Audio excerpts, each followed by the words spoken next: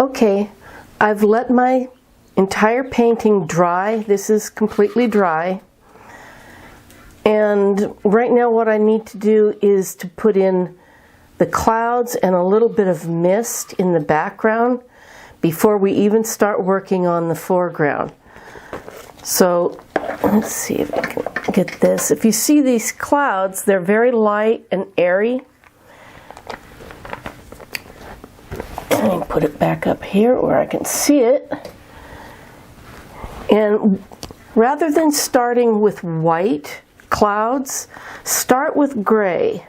Now I'm going to use the gray that I had, but I'll mix it up here on this so you can kind of see what I'm doing. Going to have some ultramarine blue, a little bit of burnt sienna,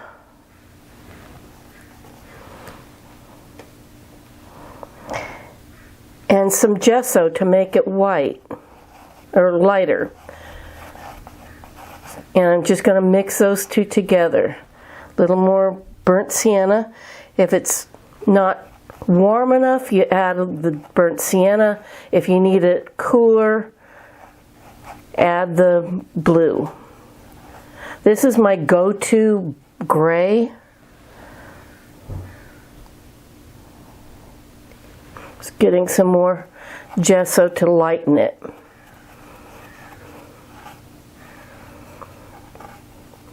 Now a lot of times I'll keep a pile like this and then work off of a corner of it. Some of it I'll make lighter, some of it I'll make darker by adding more blue and brown or sienna. And then I have that original base color. So I'm going to pick up some more gesso. I want my clouds to be just a little bit darker than the sky. But I want to start with the mid-tone.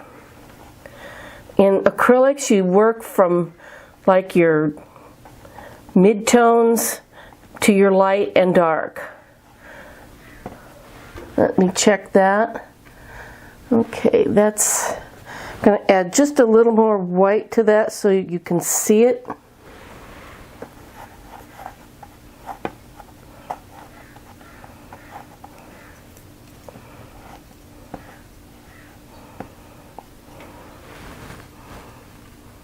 Okay, that's good. Now what I tell my students when they're painting clouds is to think like a cloud. And what I mean by that is that how do clouds form? They're formed by rising water vapor that condenses and they kind of boil and bubble. So this is my number 6 flat bristle brush. I'm going to be using the corner of it or the side of it here. And I'm going to be making little circular motion with it. Now see, I had a little bit of dark still left in the brush. That's fine. I'm not worried about that at all. I'll come in and pick up, this is called wet into wet painting, what I'll be doing here. But I picked up some gesso and blending that in, but don't blend it too hard. Making little circles. I roll my brush around in my hand while I'm doing this. Now it doesn't have to be exactly what you see in the picture. Picking up a little bit more of the gesso.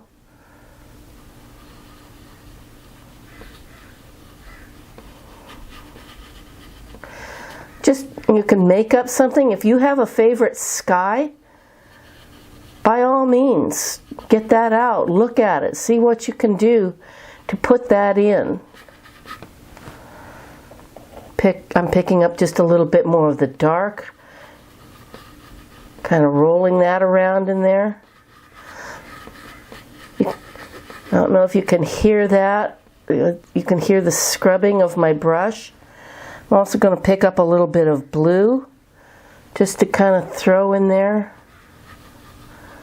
Cool out down some of those shadows. Don't be afraid to add different colors.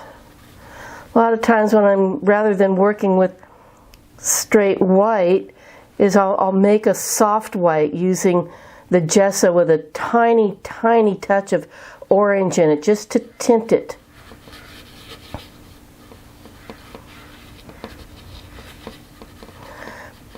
These little circles, that's what makes it look like a cloud. I'm not painting walls, I'm not painting floors. You know, I'm painting clouds, and those clouds have a form to them.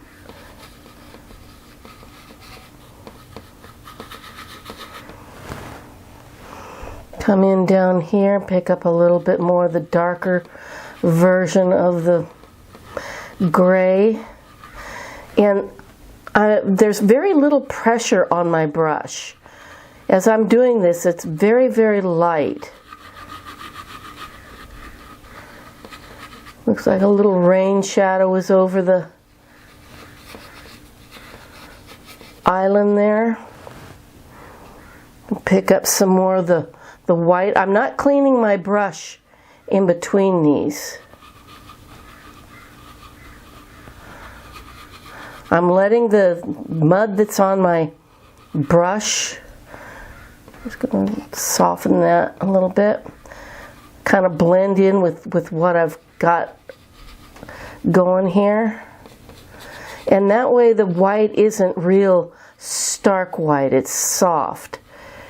Soft, kind of a gray color. Pick up some more white and blend in here with this gray, so I get even a lighter gray. Come up here. Do some that are kind of wispy.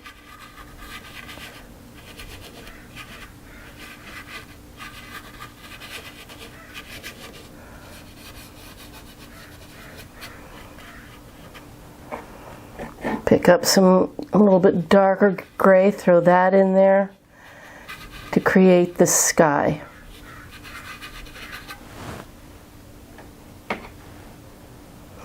Picked up a little bit of blue and white on my brush. Do a little brush mixing up here.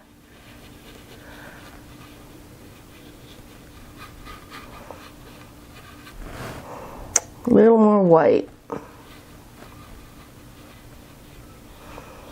Sometimes I've rolled it over on the flat part.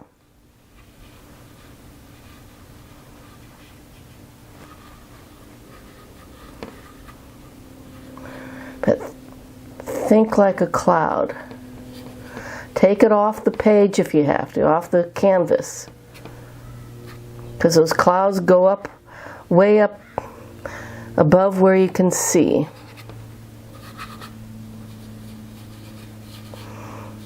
The lighter your pressure, the less paint will come off, and that gives you some of that misty look.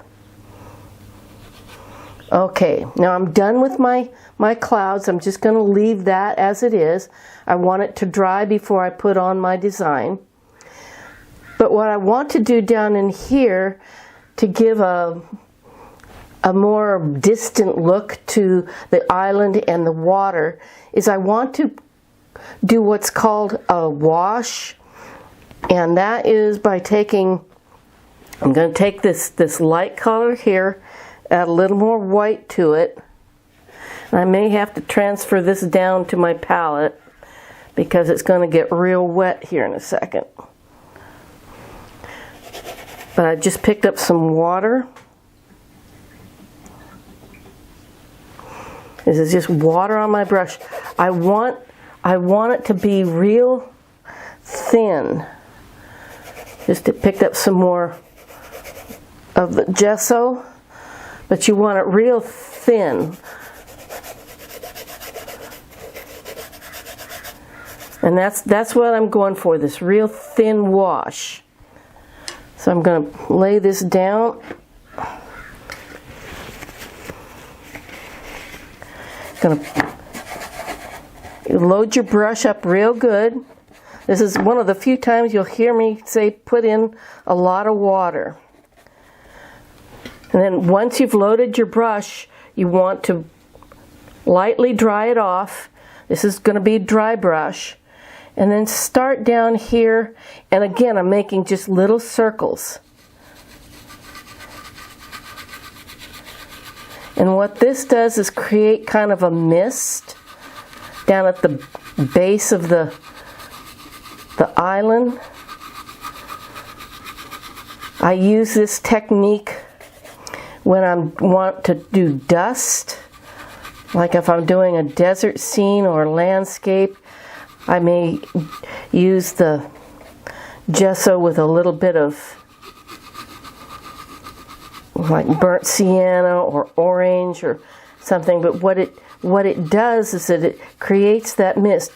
I'm barely skimming the surface of my canvas when I'm doing this.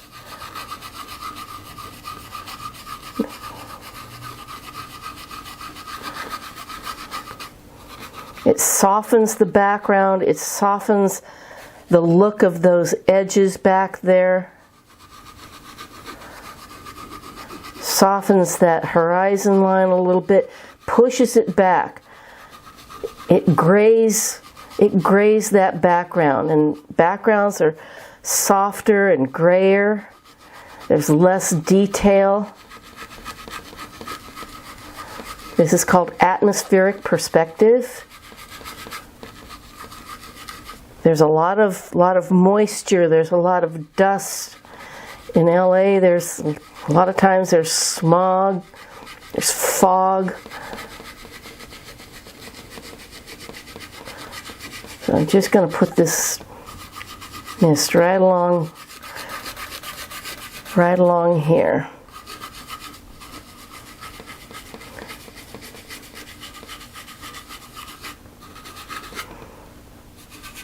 Okay, I'm going to let this dry. When I come back, I will have my drawing on there. I do have, like I said, I have available this sketch that I did. Go to my blog spot and there'll be a link for it. But I'm going to freehand this. Remember that drawing is your friend. The more you train yourself to draw, the better your painting's going to become. I didn't believe it either, but it's true. So give me a second and I will be right back and we'll get started on the next part. Okay, now I have my drawing on. This is all nice and dry. I left some of those marks so that you could see that if they really bothered me, I can just come in and wipe them out. They're not hurting anybody. They'll just blend right in with the paint when I get started on this. So here we go. Again, I'm going to start with the underpainting. The underpainting is kind of the most important thing in your,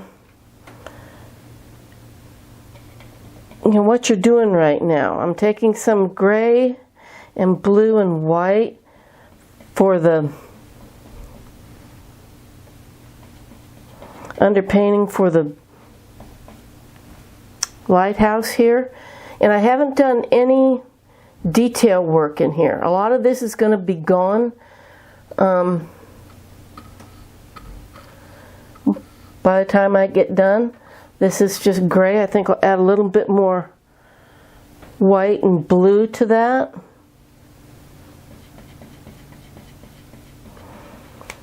Always underpaint. Now I'm going to just come right up to that edge and pull it like I did with the mountains. And I'm going to keep on going down below where I know I've got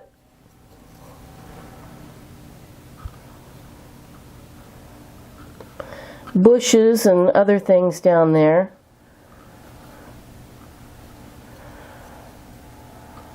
hard to paint backwards.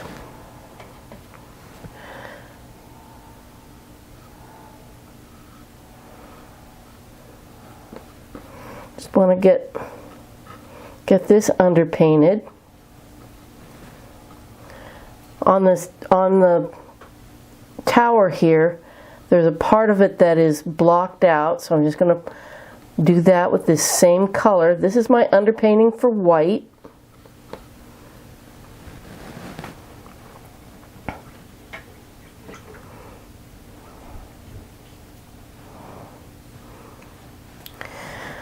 I want to underpaint the cliff sides here, and that I'm just going to pick up some colors on my brush. It's going to be burnt sienna, a little bit of blue, maybe a little touch of orange.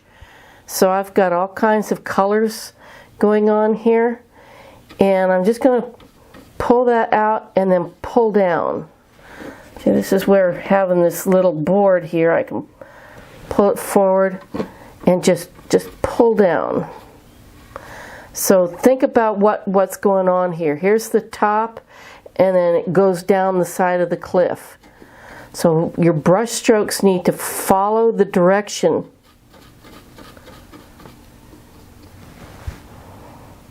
Pick up a little burnt sienna, maybe a little gray this time, a little blue.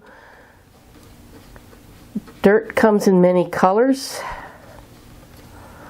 And on this cliff side, it goes from tans to oranges. There's some ochre colors in there. Pick up some blue and some sienna. This is more like how I would paint if I were doing plein air. It's kind of a wet into wet technique. Burnt sienna, little orange. Blend that back. Again, underpainting. I can do a little bit of adding some shadows and things in there.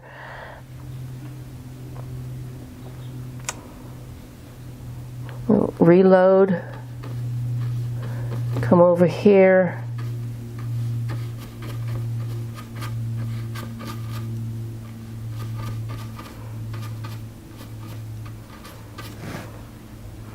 Pick up some blue. I will be doing some more to this later. This is just underpainting. I'm going to rinse my brush. I'm going to underpaint the bushes with some hooker's green and blue, a little touch of orange. That orange will soften the green, and I'm just going to do the same thing. I'm just going to mix them up here, and I'm tapping, and I'm tapping in little. I'm thinking about how these bushes grow.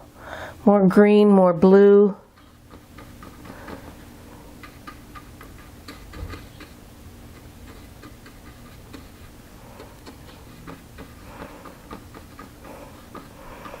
Thinking about all the little twigs and all the little formations, the little clumps.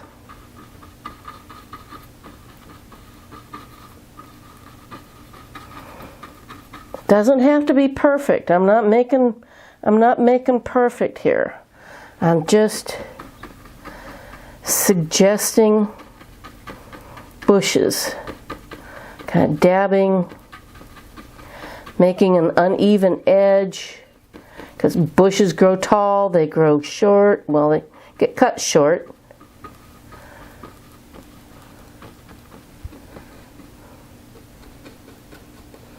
I'll get to the palm tree in a little bit. Now I could go ahead and do wet into wet if I wanted to create some of the highlights. I'll do a little bit of that here so that you can see what I'm talking about. This time I've picked up some sap green, adding just a little touch of orange and yellow in there. Like I said, the orange kind of softens the green. And then I'm going to be using the very tip up and just kind of dab and create some shapes. Now if I break off,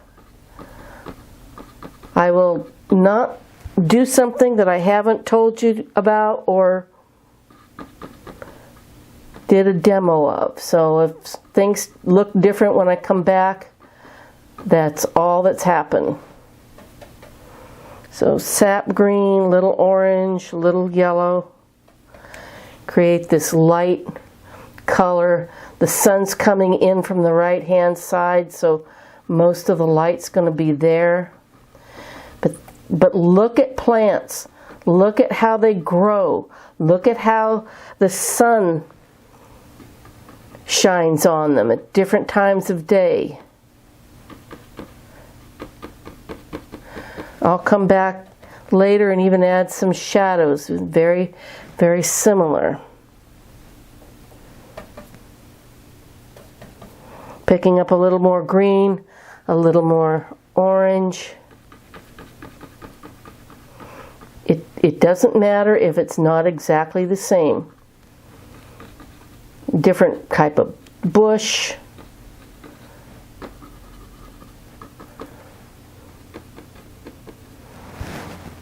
Okay, I'm going to take a little break and let things dry, and I'll be right back.